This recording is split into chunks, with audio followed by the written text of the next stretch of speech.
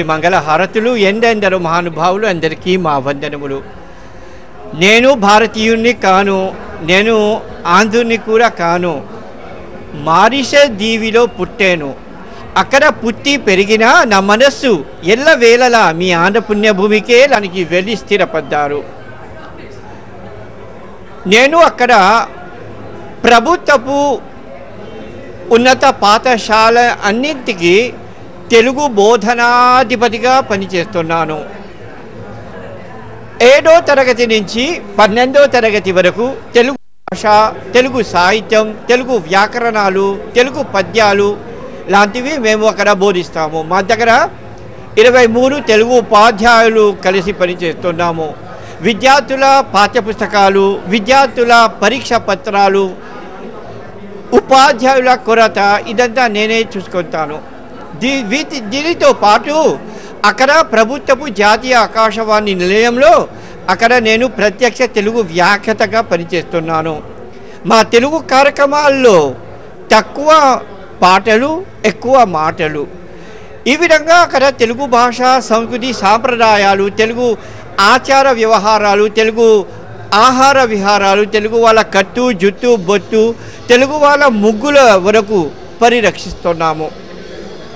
అక్కడ పండుగలు, పబ్బాలు, నోములు, వ్రతాలు ఎంతో చక్కగా అక్కడ నిర్వహిస్తున్నాము.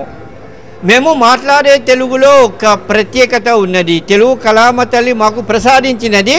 అది ఏమిటంటే తెలుగులో మాట్లాడడం, తెలుగులో రాయటంలో ఆంగ్ల పదాలు ఒక్కటి రానియకుండా ఈ విధంగా అటువంటి తెలుగు కళామ తల్లికి ఉదత భక్తిగా అక్కడ చేస్తున్నాం. ఈ రోజుల్లో మేము ఈ తిరుపతి క్షేత్రానికి వచ్చి కళ కంటున్నట్లుగా ఉంది. శ్రీ వెంకటేశ్వర స్వామి వారికి ఏ విధంగా ప్రతి సంవత్సరం శ్రీవారి బ్రహ్మోత్సవాలు జరుపుకుంటున్నామో ప్రపంచమంతటా ఆంధ్ర పుణ్యభూమిలో, భారత పుణ్యభూమి అంతటా తెలుగు ప్రేమికులు ఈ తిరుపతి మహాక్షేత్రానికి వచ్చి తెలుగు బ్రహ్మోత్సవాలు ఎంతో దిగ్విజయంగా జరుపుకుంటున్నాము. ఇక్కడ వేదిక మీద మాట్లాడే అవకాశం కూడా కలిగింది. మరుస దేశంలో ఇటువంటి పరిస్థితిలో అటువంటి భాషా సంస్కృతి పరిరక్షిస్తున్నాము కొంతవరకు చెప్పి ఇక్కడ ప్రేక్షకులు చాలా ఆనందించారు.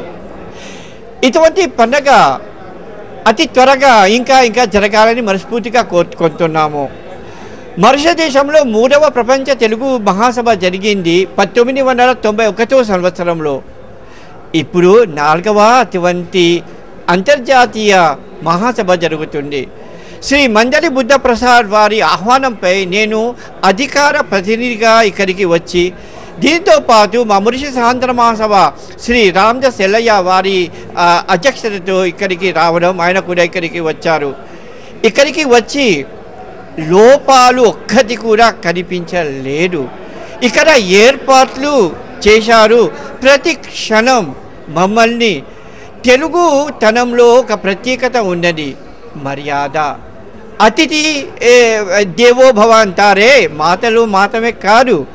ఇక్కడ అందరూ మమ్మల్ని ఎంతో తెలుగు భక్తితో దగ్గరగా చూసుకుని ఎంతో రాత్రింపగలు తెలుగులో మాట్లాడి నా జీవితం ధన్యం అయిపోయింది. మారిషస్ తెలుగు దేశ తెలుగు ప్రజల తరఫున మేము పంపుతున్న ఇవే మా హృదయపూర్వకమైన తెలుగు శుభాకాంక్షలు. జై తెలుగు తల్లి, జై జై జై జై జై జై జై తెలుగు తల్లి.